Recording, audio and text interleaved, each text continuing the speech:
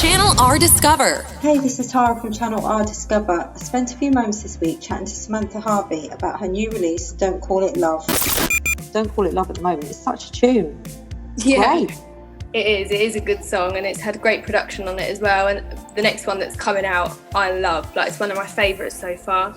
So I'm really excited for that one to come out as well. And I'm going to have a really good collection of songs to do for my tour, which is going to be good fun. Do a load of new original music, because I feel like after this past year of being locked up and not being able to sing live, I'm going to be thriving when I'm out there and on stage again. Yeah, you're going to really enjoy it, and really, you feel like you give it your all, I should think. I'll get seriously nervous like I always do beforehand, but it'll be worth it. People were like, surely you don't get nervous anymore, you've been doing it for years. I'm like, trust me, before every gig I can't eat, I feel sick. I'm like, this is torturing myself. And then afterwards I'm like, I'm buzzing, I'm going to go get a McDonald's. I like to hear.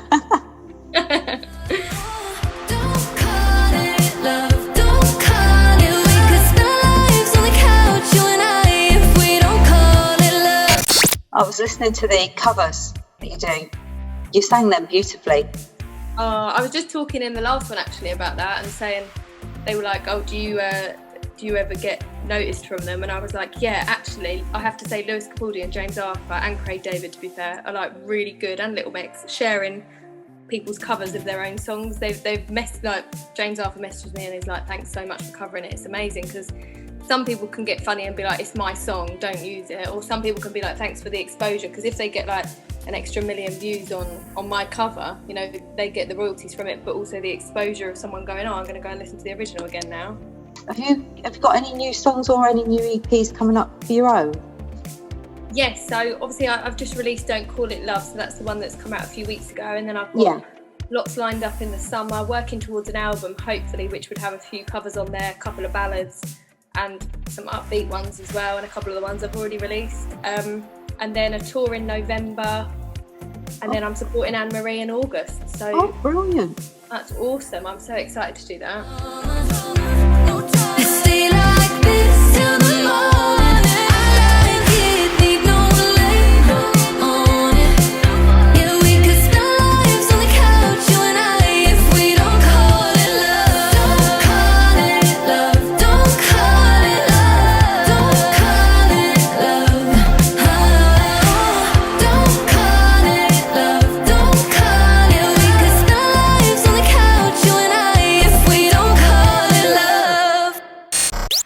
Do your songs carry your personal experiences, or is it observation? So that's the way that you come through with your feelings, your experiences. 100%. I can do it. I can write it down and I can sing it out. But for me to talk to someone like face to face about how I'm feeling about the situation, I'm getting better at it with age. But yeah, I get really like scared of talking about feelings. But I can then write it and sing it out. And that's what I do with my covers. If I'm feeling stressed or emotional, I just put it in a cover, and usually it will get a really good reaction because they can feel the emotion through it. When I was like 17, I went into a studio and sang this song for like these rappers, and they were like, you've got no emotion in your voice. And I actually didn't at the time. Right. And then after being told that and them saying like, you've got no emotion, I went completely the other way. So I really started to feel it, and really that's now how I get so far into it sometimes. I shut my eyes, and then after I finish singing, I open them and I'm like in a completely different world. I just can't imagine how you could be so okay now that I'm gone. Guess you didn't mean what you wrote in a song about me. 'Cause you said forever, now I drive alone past your street. What sort of music do you like to listen to? I listen to everything really. R&B, Motown, soul, pop, love it all. Bit of rap. I honestly listen to quite a lot of things. The things I just don't listen to are classical and hardcore rock. So do they influence all the type of music you write, or is there a specific influences sort of thing to the way that you write your music?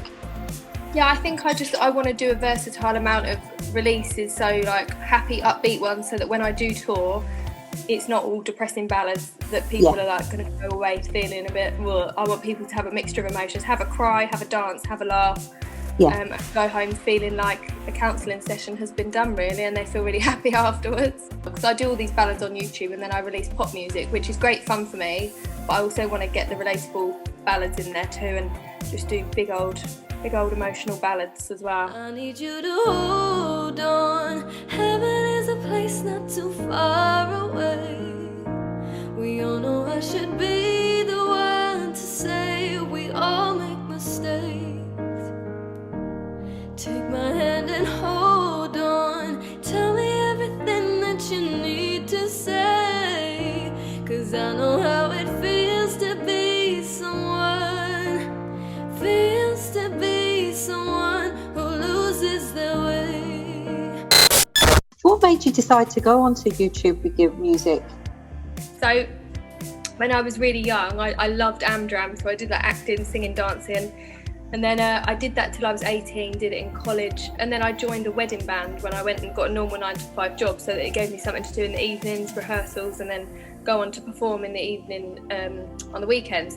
And then people at the gigs used to say to me like, oh, why don't you just start doing covers online, and so we can come and watch you online, on Facebook it was at the time, rather than always waiting for you to become available for a live gig. So I was like, okay. So I was really nervous, sat down in my parents' bathroom and gave it a go, and loved doing it. And then after like 6 months or something, one just massively went viral and it completely changed everything. So it was just so unexpected for me to see the amount of people that were sending me requests of what they wanted me to sing, and I was doing requests basically like someone would say my mum's dying of terminal cancer or something like this, can you do her favourite song? So I would make time to do it after I got home from work, and then people would then see that tribute and then want another one, and then I was doing them weekly, and that turned into a massive following, really. It's just mad.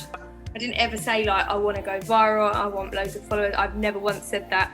And when people say do you want to be famous, I'm like, no, I'm so grateful for what I've achieved, and if it was all taken away tomorrow, I'm happy. Like, I've had so many nice experiences and feel very grateful for everything that's happened so far. I can't believe when other things come to me like Anne-Marie support, I'm like, what? Like, I never expect it, and I think that's sometimes why it comes to me.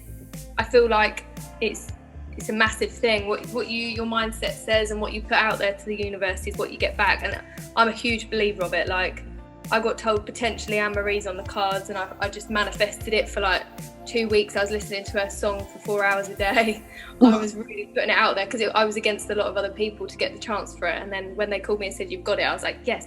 Just so many things I've tried to like visualize, and then they've happened. And I'm like, wow, your mind's a powerful thing when you tune it in to be positive, you know? You're my medicine, you're my medicine, yeah, yeah, yeah, 'cause you're my medicine, yeah. There's no reason why your song shouldn't be hits and you shouldn't be out there, really.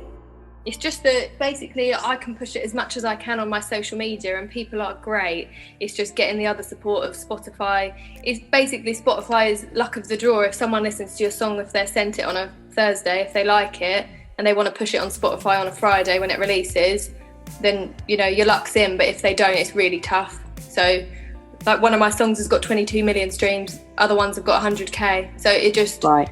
It all depends, but I feel grateful for the 100k, because then next week it could get put in a massive playlist and it could completely change. Some people would die for 100k listens on a song, you know, so I've got to be grateful for everything I get. And just keep releasing, keep going, keep persevering, and whatever will be, will be. Yeah, definitely. You cut me open and I keep bleeding, I keep bleeding, love. Keep bleeding, I keep bleeding, love. Keep bleeding, I keep bleeding, love. You cut me open. Channel R Discover. The best up and coming artists are right here.